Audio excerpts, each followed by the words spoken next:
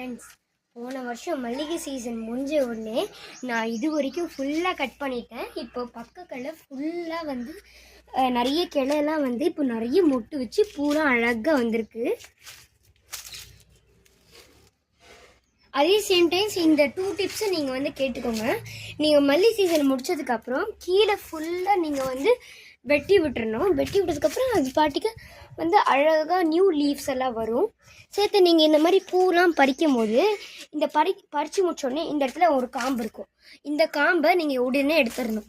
இல்லாட்டி பூ வந்து மொட்டு வைக்காது நெக்ஸ்ட் டைம் வரும்போது. பாருங்கள் பூ எவ்வளோ அழகாக இருக்குன்னு. நல்ல வாசனையாகவும் இருக்குது. நல்ல பெரிய பூ. மல்லிகை சீசன் வேற ஆரம்பிச்சிருச்சு. இப்போ பூத்து குலுங்க ஒரே